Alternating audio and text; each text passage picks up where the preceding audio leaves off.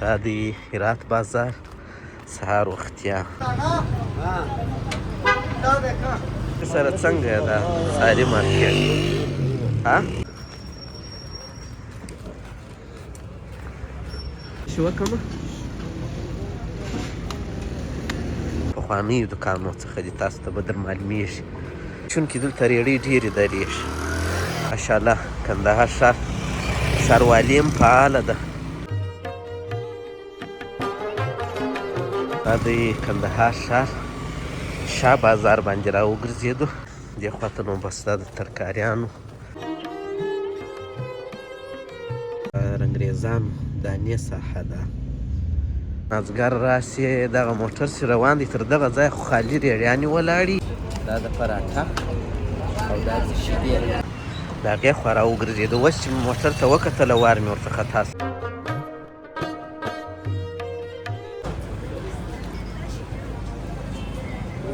شهیدانو چوک وینئ دا ده السلام علیکم سهار په خیر کندهار افغانستان یو ځل بیا ښه راغلاست ګرانو دوستانو هیله لرم چې جوړ او روغ به یاست کندهار ښار دی سهار وختي دی تقریبا لس کمې 7 بجې نو ډاکټر صاحب ته مې نن وویل ډاکټر صاحب سهار په خیر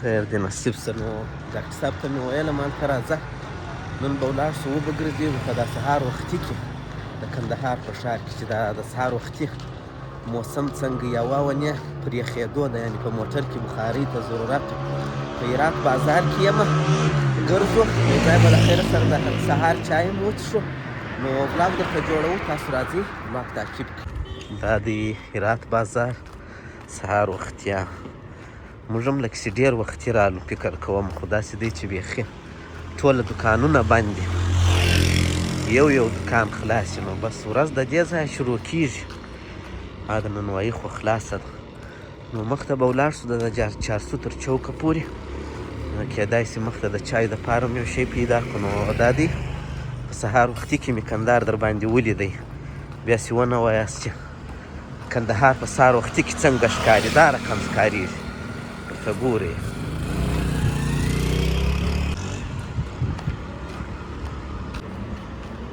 نو تاسو بس بلاګ را سره تعقیب کړئ موږ به دواړې کیسې اوسي د خیره سره هم به ولاګ سي او هم به قدم سي نن که څه هم مازدیګر مو هم قدم ولی دی نو اوس سهار وختي به بیا قدم سي د ورځې 2 قدمه نو ډېر به سي ډاکټر صاحب اوه که یا تاوان نه کوي اوه دا د هغې قضایي دا بیا مخامخ بیا یخی دی شین یخ دی او یخی د ډاکټر صاحب خوند درکوي د یخي سره څنګه ده ساري مارکیټ ها ما او ډاکټر صاحب هم د چارسو ته نږدې سوي یو تقریبا د چارسو چوک ته او دا چې دی د کندهار ښار یو د پخوانیو دوکانو څخه دي تاسو ته به در معلومیږي پخواني دوکانونه دي مخته چارسو دی نو اراده مو داسې د چارسو تر چوکه پورې ولاړ سو د چای دپاره یو ځای پیدا کړو که نو څه پیدا نو بېرته به راګرځو د خیر ماشاءالله کندهار ښار ښاروالي هم فعاله ده مخکې راوتلي وو دا سړکان یې جارو کول او بازار ماشاءالله پاک ښکارېږي تاسو بې وینئ چې کچره مچره او شی نشته او د ناشتې ځایونه کم دي وعلیکم سلام ناشته نه معلومېږي د سهار چای به چیرې څښو په مخامخ د سړک په مابینځ کې چې ګردی شی وینئ هغه د چارسو چوک دی دا د چارسو چوک دا د کندهار ښار شا بازار باندې را وګرځېدو نو داسې به وګرځېږو بېرته به ولاړ شو پر نوي سړک باندې کېدای شي د سهار د چای دپاره یو ځای یي په نورو ځایو خو نشته نو د شا بازار به نورې ویډیوګانې تاسې لیدلې خصوصا بیا د اختر د شپو د ورځو چې څونه زیات رش لري ډاکټر صاحب په یاد دي یو مخ د یا راسه ورک سوی نه چیرې موږ درولی و هغه ځای راسه ورک او بیا خو نو ستاسو په یاد دي دا مرسیکله داسې را پنچر سو او ما او ډاکټر صاحب مکمل مایوس و دغه و مایوس و که مفلس و مکمل مفلس او هېڅ شی هم نه و راسره. خو خیر بیا هم دغونه کار وسوه، یو مخ دغه نه سو، کریاب نه سو، کار وسو. نو نه پوهېږم چې دغه د چا دعاوې وې. ډاکټر صاحب و بالا مو کار مو وایستی، بس کار وسو.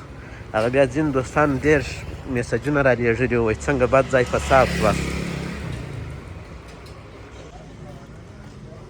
دا دې خواته نو بس دا د ترکاریانو د کور د سبزیجاتو مرکز دی. وینې دا د اوس هم سهار وختي دا شیان نو البته هم سهار وختي برابرېږي، ولې چې دا خلک اکثره خلک سهار وختي راځي د دې د کور دپاره سودا کوي. دا د وینې ترکاریا و نو ټوله شیان د مارکېټه سهار وختي راوړي.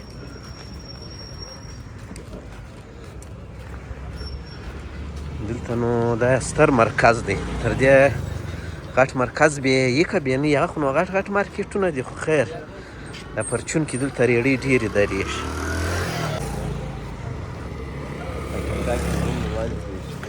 نو له خیره سره موږ هم دا د نوي سړک ته نور را رسېدلي یو. دا سهار وختي که مو نیم کندهار وغوښتی. دا دی ماشاءالله ترکاري، داسې خوندوره ترکاري یې برابره کړې ده. دې خواته بیا پټاټې دي او دا چې دی نوي سړک دی. د نوي سړک د لوړې خوا څخه روان یم هرات بازار.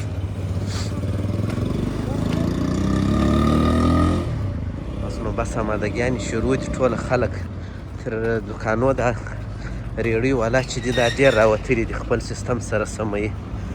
او اوس نو بالا د دې موسم د کواړي موسم هم دی په کندهار کې، چې یو ځای ښه کواړي راوړي ښایسته ښایسته شیان او د ژمي دپاره یې اماده کړي. نو موږ هم دلته چې مازدیګر راسي دغه موټر چې روان دی تر دغه ځایه خو خالي ریړیانې ولاړې. خو داسې دی دا سړک دونه نه دی تنګ، د ریړیانې و دا شیان زیات شه. دا نوی مارکېټ جوړېږي، دا ریړیانې و دا شیان زیات سي. بالا بیخي سړک جام کې بیا دا ډېره ګوره تجارتي ساحه هم د بیخي د دواو غټ شرکتونه عمده چې خرڅېږي هغه ټوله دلته دي. دا د بیخي ډاکټر صاحب فرمایش ته نه دی پرې ایښی. ګرمه ده هم ګرمه ده. دغه یې ستا درواخه درواخه د ناشتې دوکان دی. دلته ناشته څه شي وکړمه؟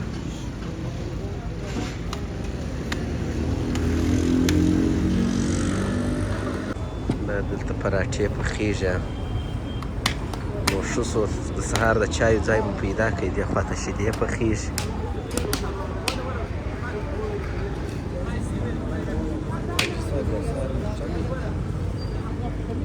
ماشاءالله بالاخره مو د سهار د چایو ځای پیدا کړئ. دا د پراټه او دا د شیدې هسې ګرمه ده. دا یو برینډ لري نو څوک راځي د هغه یو شي لپاره راځي. بیا به راته وایه ګیلاس یې د چیش دپاره ورکوي.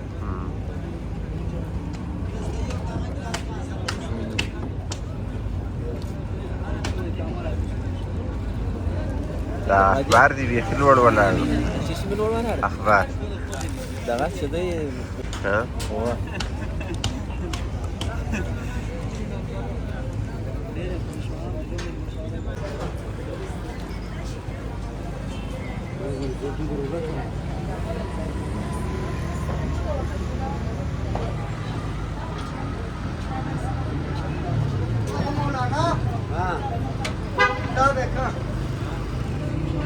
الحمدلله ناشته وسوله.